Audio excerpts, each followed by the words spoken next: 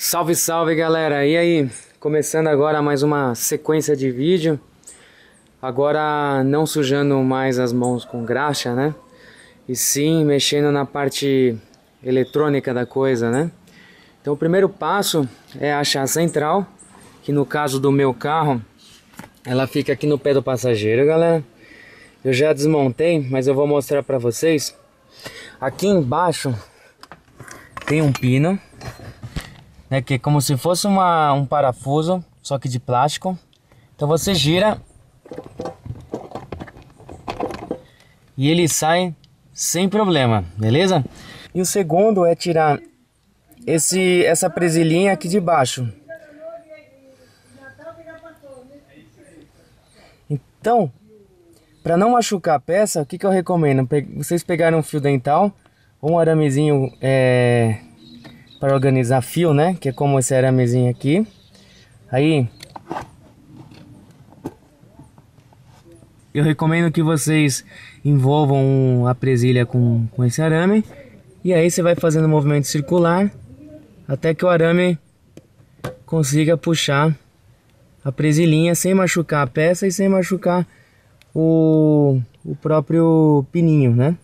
E aí para soltar a peça, basta apoiar aqui nesse cantinho que tem uma travinha, puxar a peça para trás e aí você já consegue sacar e ter acesso à central. Aí eu vou tirar aqui esses dois parafusos 10 e vamos colocar a peça aqui para dar uma olhada. Aqui eu já tô sacando a peça, galera. Tem um terceiro ponto aqui de encaixe, que é só encaixada, e dois parafusos como esse aqui, tá? Então, para distensionar um pouco de fio, galera, eu vou tirar essa presilha. Basta você apertar essa travinha aqui para cima e puxar a cinta, ó, sem precisar forçar nada, já libera, né? E vou fazer a mesma coisa aqui nessa outra abraçadeira. Aí, pessoal, soltei os 3 conectores, né? E tá um pouco sujinho, né? Agora eu vou abrir a central pra gente dar uma olhada no circuito lá dentro. Ó, pessoal, aqui eu já abri aqui a central, né? E o modelo dela M11. Salve, salve, galera! Então, o que eu fiz agora? Eu desconectei a central, né? A Eco original aqui do LX, que é uma P2E, tá vendo? Deixei ela aqui de canto. Coloquei a P28, centralzinha P28, e o harness que faz a conversão dos OBDs. E agora eu vou dar a partida no carro. Por enquanto ela tá original, não fiz nada. Eu do jeito que ela chegou, eu já espetei aqui e eu vou dar a partida no carro. Provavelmente vai ficar oscilando a marcha lenta, porque aí a CV desse carro, ela é de 3 pinos, né, que é o LX. E aí a CV que normalmente as P28 trabalham são em ACVs com 2 terminais, tá? Mas isso mais pra frente a gente vai corrigir, tá? Tem algumas receitas aí para corrigir essa oscilação na marcha lenta. Então vamos lá. Então, galera, vamos lá dar a partida no menino. Tá meio frio hoje, ele não deve pegar na primeira, porque ainda não tá com a chrome e os bicos estão bem abertos, né? Então vamos lá. E eu nem coloquei também o reservatório da partida frio.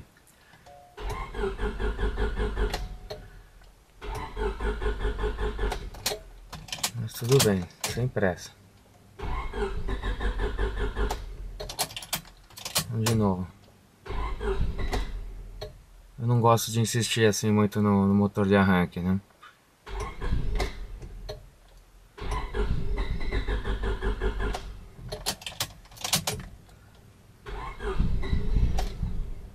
Tá quase, galera.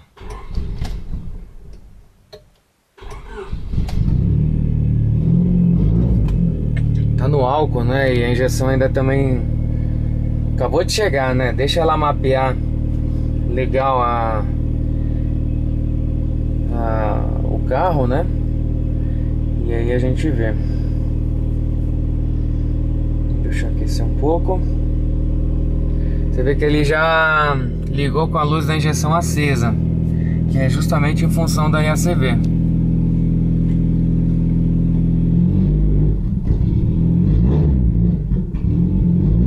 Tá falhando, é a primeira ligada da central, né?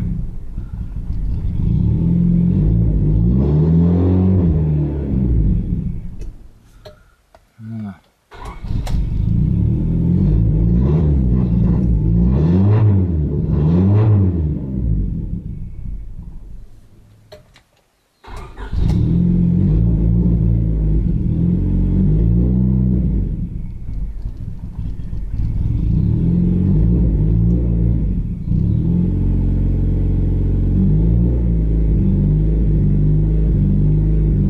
Olha como tá oscilando, galera, tá vendo?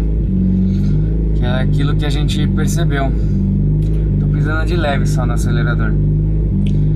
Então, em função da IACV ter 3 pinos e a central tá esperando só 2 pinos. Então, porque a central não tem referência da IACV, e onde fica oscilando desse jeito, né?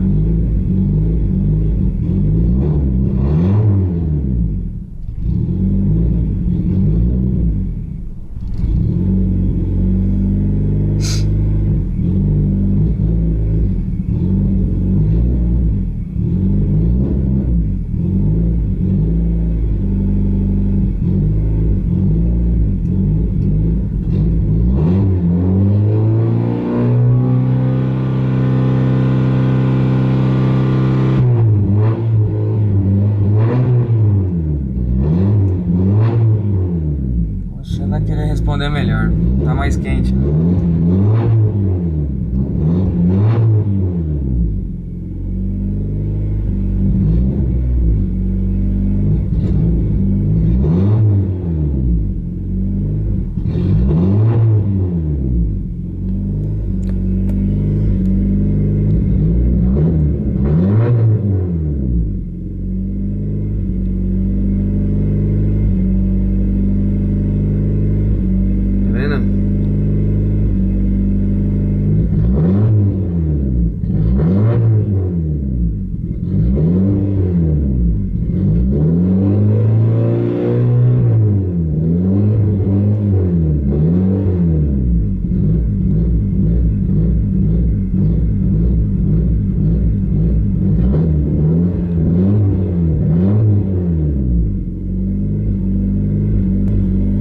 Desligar e ligar pra ver?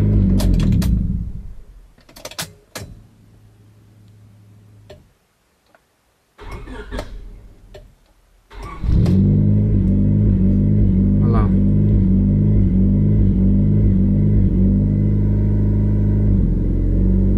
Ela tenta se corrigir, né? Mas como um dos terminais está flutuando, ela volta a acelerar, ela se perde, né? E aí, se a gente olhar aqui pra wide, a widezinha também loucona, tá vendo? De ideal pra muito pobre. Legal? Então agora o que a gente vai fazer? Vamos abrir essa central e vamos começar a fazer a intervenção técnica aí na parte dos chips. E aí, pessoal? Aqui eu tenho toda a parafernália que a gente vai precisar aí para fazer o tuning, né? A conversão da programação da central P28, né? Desse meu lado direito aqui eu tenho apagadores de memória, né? Apagadores de memória EPROM. Esse aqui é um pouco mais moderno, que eu tenho temporização através de potenciômetro, LED, né? Início do ciclo. E esse aqui é um pouco mais antigo, que eu tenho um reloginho mecânico, né? Legal. Então aqui serve para apagar memórias EPROM e esse aqui serve para gravar memórias, né? Então, através de uma comunicação serial, né, um softwarezinho padrão, uma fonte de alimentação, a gente dá os pulsos elétricos e faz a gravação da memória que foi previamente apagada por esses aparelhos. Legal? Aqui do meu lado esquerdo eu tenho uma P2Z, que é a central que saiu do Civic LX, tá? Uma P2Z, que o conector dela é um conector que a gente chama de OBD2B, tá? E aqui desse lado direito eu tenho uma P28, como vocês podem ver aqui, ó, a P28, que já vem com o conector OBD1. Legal? Então o chicote do carro está esperando esse tipo de conexão, que é a OBD2B. Então a gente vai ter que adaptar através de um harness, que é esse chicotinho aqui. Ele converte de OBD2B, que é o original do Honda LX, pro OBD1, que é para poder conectar essa nova central a P28. Então a gente faz uma conversão aqui, alguns sinais invertem aqui de posição, para poder ter praticamente as mesmas funções que eu tinha aqui, só que agora comunicando com esse tipo de central P28. Legal? Aqui eu tenho um Ostrich, que é um emulador, e tenho também um log de comunicação com o computador. Tá? Também tem alguns componentes eletrônicos, né? Eu tenho aqui uma memória 27FS1512, tenho aqui um 74373, dois capacitorzinhos cerâmicos, um resistor, eu acho que é um resistorzinho de 0 ohms, na verdade é um jumper que a gente vai fazer, e um resistorzinho de 1K, tá? Exemplificando aqui para vocês, a central que eu tô é OBD2B, exatamente essa aqui, onde o lado direito não tem nada de conector, como vocês viram lá no vídeo, tá? Que é válida para o Civic 99 a 2000. E agora OBD2A, se vocês repararem, vocês vão ver que o lado que não tem os pininhos de conector é esse aqui, é o segundo estágio, né? E ao passo que a OBD2B é o último estágio que não tem o conector, os pinos de conector, né? E agora nós vamos ligar uma central que é a OBD1, que é esse tipo de conexão. E aqui tem alguns detalhes de código de cada pino, né? Tanto para a OBD2A, tanto como para a OBD2B, né? E também a OBD1, né? Que é o sistema da P28. Então o que esse cabo faz? Ele converte alguns sinais, ele cruza, né? Ele reposiciona alguns sinais do chicote original para a central P28. Basicamente é isso que faz o harness, que só tem nome bonito, mas na verdade é um conector onde eles trançam os fios para manter os mesmos protocolos de comunicação aqui. Legal? Bom pessoal, aqui eu abri a central P2Z para vocês verem a diferença. Além da diferença de tamanho, você vê que é um circuito bem mais limitado, né? Mas não menos confiável, né? E a região que a gente vai atuar é essa aqui. Nós vamos instalar o soquete aqui da 27256.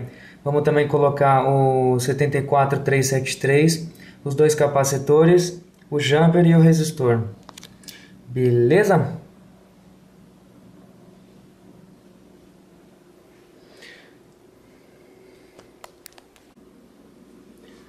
Bom pessoal, basicamente o que a gente vai fazer aqui, né? Nós vamos soltar toda essa solda que está fechada, que as ilhas estão fechadas aqui, né? Que é referente ao chip 27256. Legal. E aí nós vamos colocar um soquete. Aqui no lugar do 74373, a gente também vai liberar todas as ilhas e nós vamos soldar o 74373. Depois aqui mais para o canto, a gente tem um capacitor C51, nós vamos colocar um capacitor de 0,1 microfarads. E no C52, outro capacitor de 0,1 microfarads. Tá? Para o canto direito aqui no J1 a gente vai colocar um resistor de 0 ohms, mas na verdade é um jumper simples. E no R54 nós vamos colocar um resistor de 1K. Legal?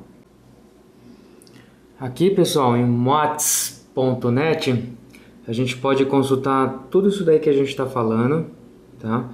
Inclusive selecionar por tipo de carro, no caso aqui é o Honda. Eu consigo ver todos esses dispositivos, incluindo valores. Tá vendo o kitzinho aqui, ó, da Eco? Quanto tá? Se bem que é possível você também comprar na Santa Efigênia, né? Tem gravadores, tem o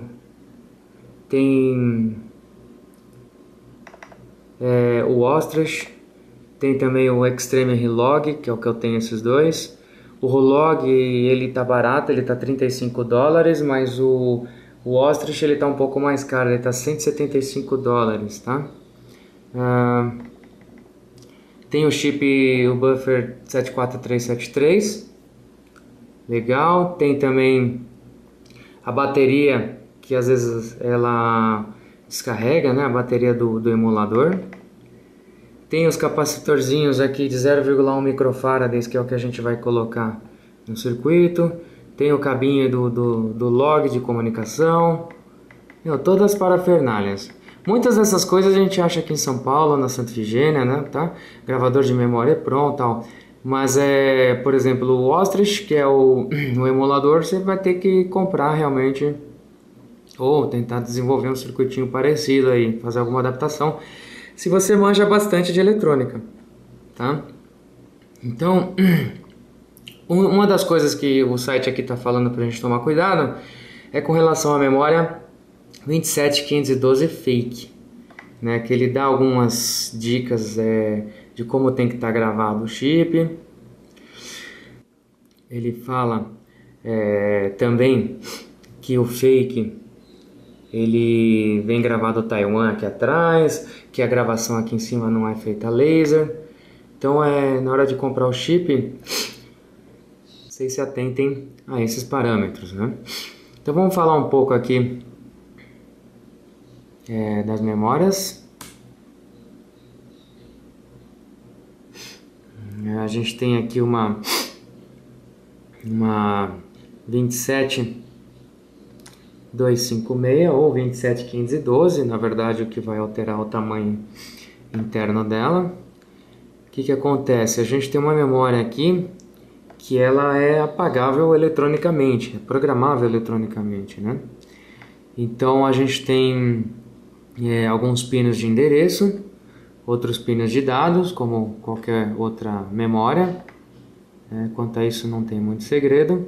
Aqui, galera, você tem aqui um diagrama funcional do que é composta esse tipo de memória 27 SF1512. Eu tenho aqui 16 bits, com 16 de endereço e 8 de dados. E aí eu tenho alguns chips alguns pinos de controle, né? Chip enable, etc. Né? Alimentação, tal, que compõem todos aqueles terminais que a gente vê no chip. Aqui é um outro tipo de encapsulamento. E a gente está trabalhando com essa DIP de 28 pinos, né? Então aqui você consegue identificar sempre o pino 1 é o lado aqui, olhando para cima, o lado esquerdo em relação a esse baixo relevo que o chip tem, tá? Então você tem alimentações, você tem os endereços, dados, sourcing, né? As habilitações e é isso. Quem quiser se aprofundar mais de como funciona em termos de temporização de resposta do chip em nanosegundos, em microsegundos, quem quiser se especializar um pouco mais, inclusive aqui no mapa temporal de como funciona, né, a habilitação que você tem que dar, Primeiro você habilita, depois você grava, depois você desabilita. Tem todo esse lance aqui, ó. Tá vendo, galera? É o diagrama dos ciclos, né, de leitura e escrita do chip, né? O momento que você tem que dar o enable, o momento que você vai ter que endereçar, né? Endereça, dá o enable e grava o dado. Então, assim, para quem curte eletrônica, aqui tem bastante informação, tal, para poder entender o funcionamento desse chip, tá? A gente também vai mexer com um chip que vai ser o 74373, tá? Vamos pegar um genérico aqui. Eu sempre aprendi que esse chip é um buffer, né? Vamos ver se eu ainda tô bom de memória, né? Faz tempo que eu não mexo com eletrônica. Ao contrário do que muita gente pensa, né? A minha formação é eletrônica. Eu fiz técnica em eletrônica pela ET Getúlio Vargas aqui em São Paulo. Gostei muito e decidi seguir a engenharia eletrônica também, tá? É um LET, na verdade, né? E a mecânica eu trago como um hobby, né? Então, da mesma forma que a gente tem os diagramas lá do 74, do 27 SF21512, a gente também tem aqui do 373, né? Então a gente tem aqui bastante flip-flop do tipo D. Também, se vocês quiserem se aprofundar nessa parte de eletrônica, saber o que é um flip-flop, como é que funciona, também é bastante interessante. Deixa eu ver se eu pego aqui alguma coisa assim bem didática para vocês sobre esse chip. Aqui a construção, aspectos construtivos dele. Então, na verdade, o que ele é um LET? Eu coloco uma série de dados do lado esquerdo dele, por exemplo, eu habilito, ele sai do lado direito. A grosso modo, muito grosso modo, é isso, tá? É como se fosse um buffer, né? Ele armazena o dado até que você habilite que esses dados saiam, né? Eu tinha visto... Alguns datasheets detalham mais uma coisa, outros detalham mais uma outra, então vale a pena você baixar vários datasheets para poderem estudar realmente como é que funciona um LET.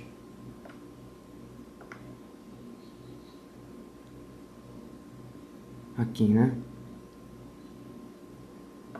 Mais para cima. Diagrama lógico. 373 e 374. Olha lá, o 373 ele coloca os dados aqui, todos do lado esquerdo, e aqui a gente tem um gate, tá vendo? Todos eles ligados por um enable.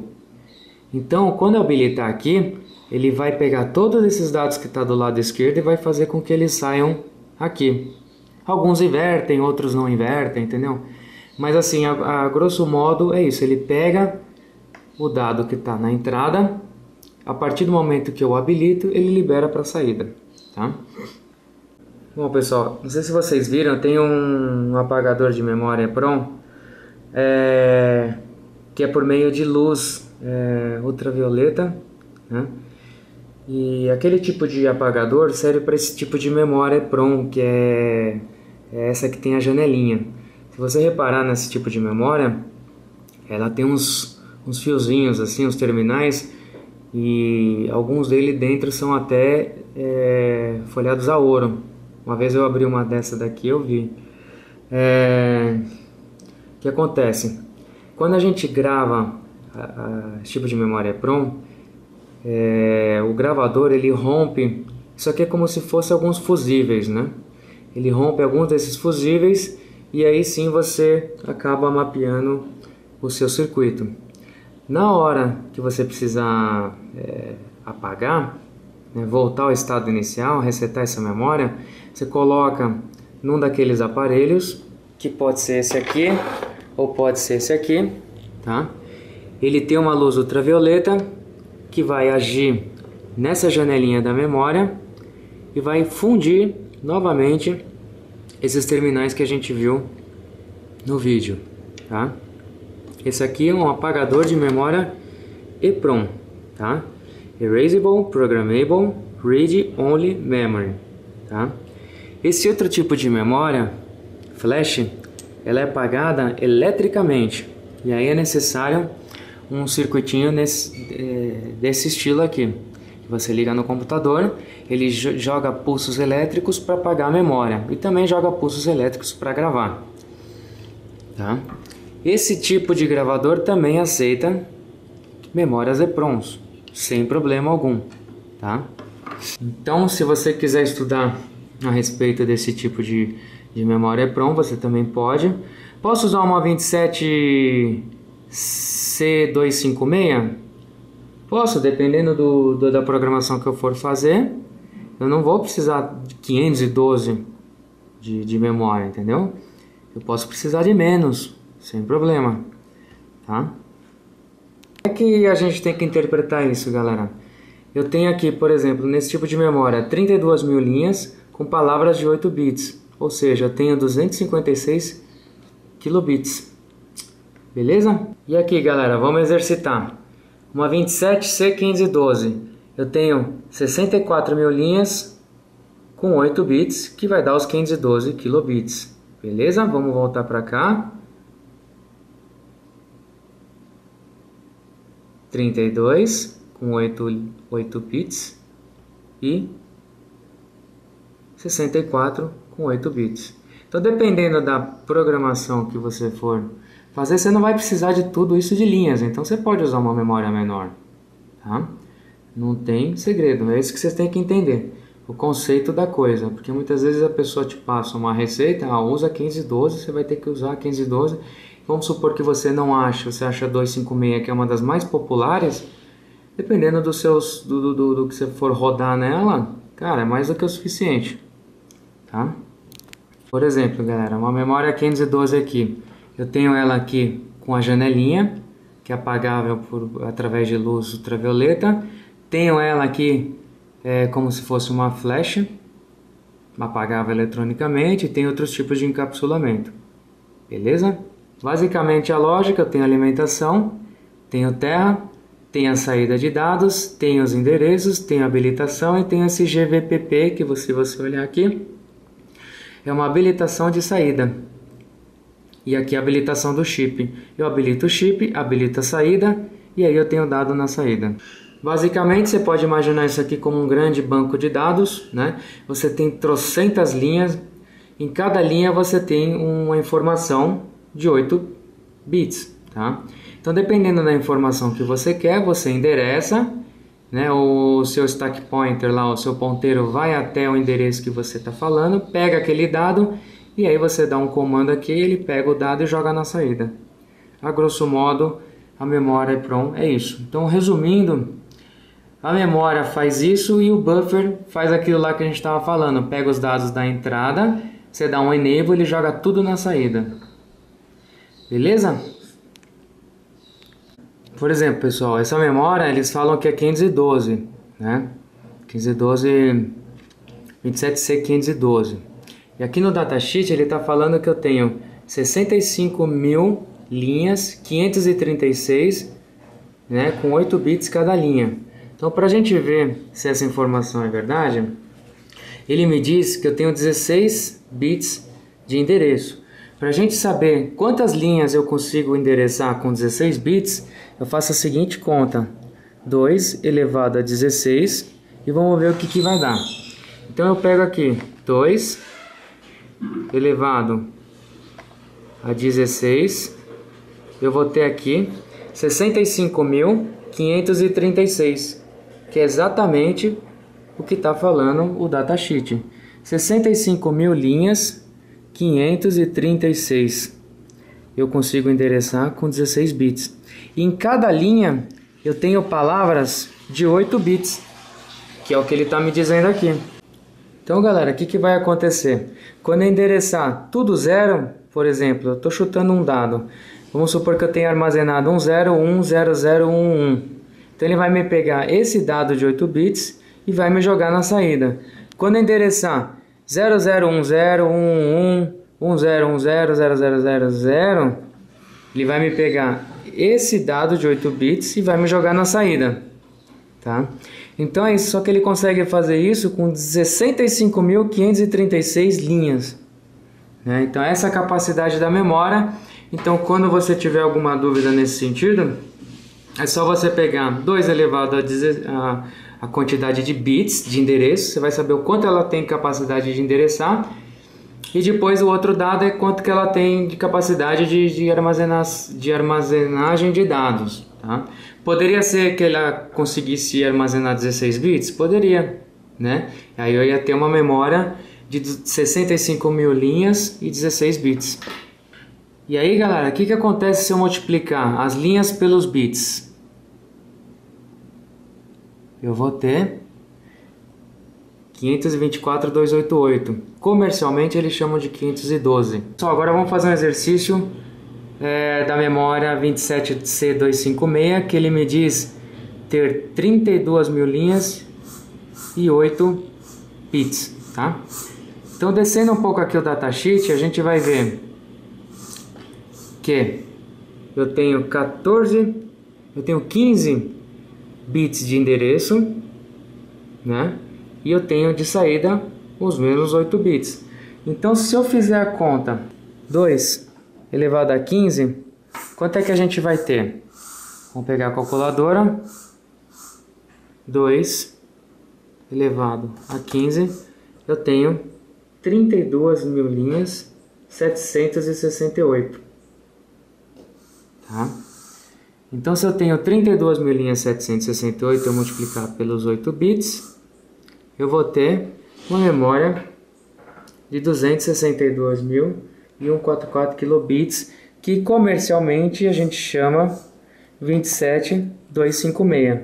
A mesma coisa, essa outra memória, que se eu multiplicar 65.000 linhas por 8 bits, eu vou ter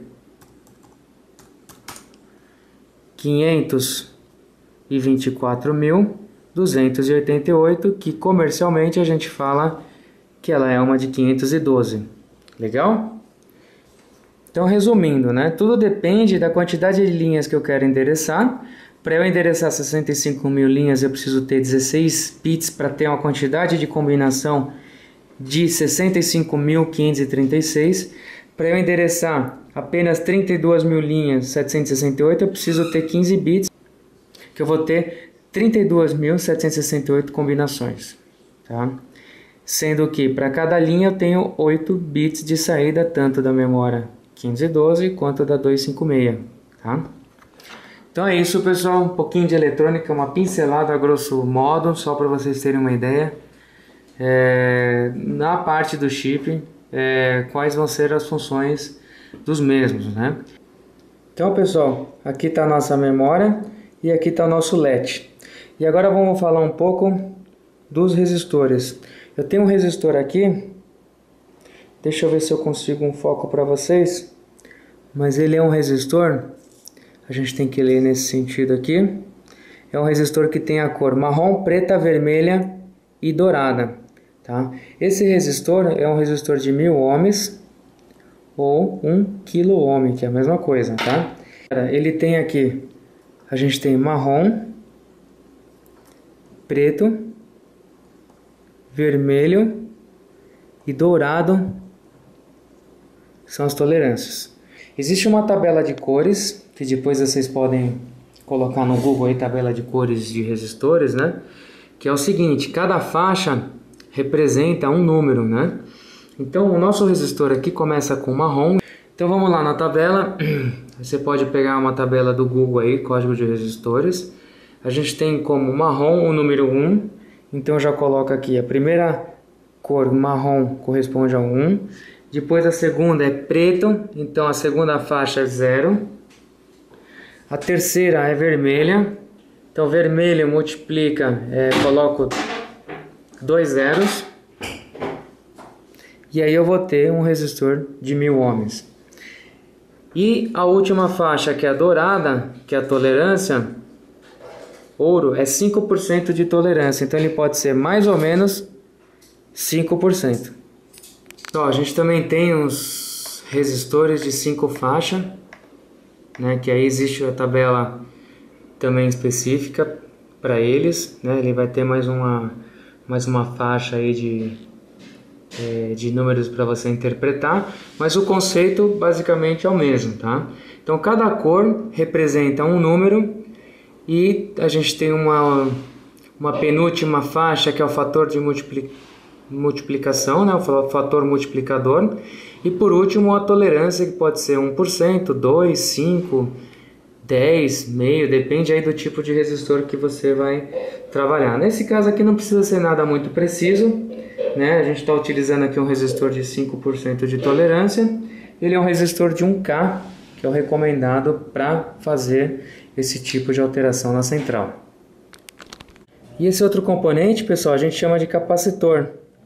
Tá? A gente tem vários tipos de capacitores, né? A gente tem capacitor do tipo cerâmico, tipo poliéster, eletrolítico, que tem polaridade, tem a óleo, tem de tântalo, tem os variáveis, parece um potenciômetro, né? No nosso caso é um capacitor cerâmico, né? Tem capacitores também que tem códigos de cores, tá?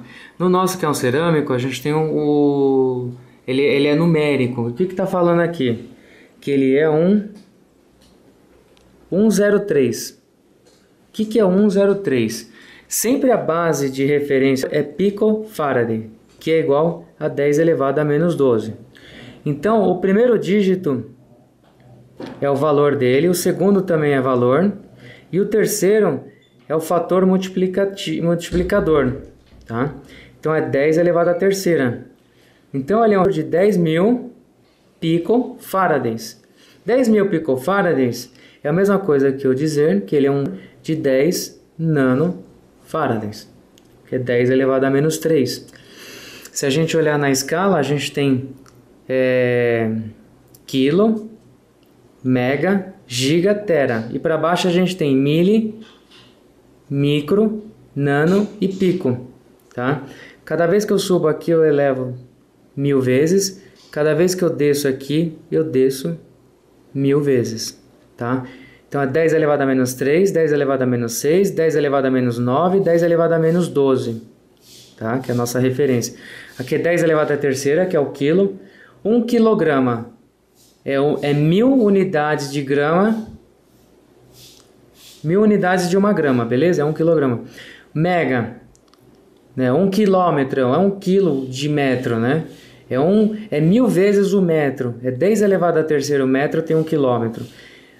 Mega, giga e tera. Então eu tenho 10 elevado à terceira, 10 elevado à sexta, 10 elevado à nona, 10 elevado à 12ª, tá?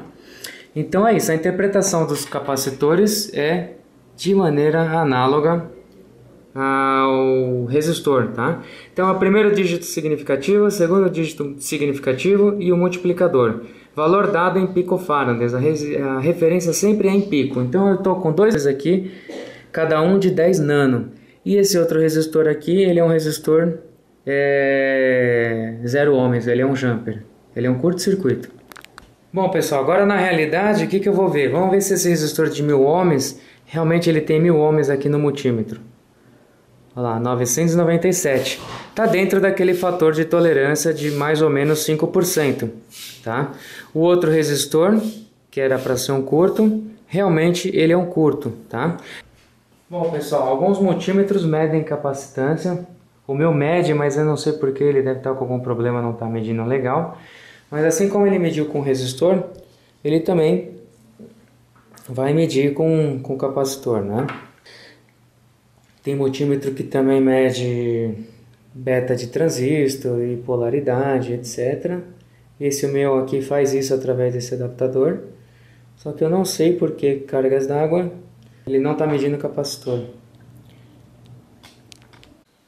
Resumindo em termos práticos, eu tenho aqui a 27256, o LED 74373, eu tenho o J1 aqui que é o jumper, eu tenho o R54 que é o resistor de 1K, C52 e o C51.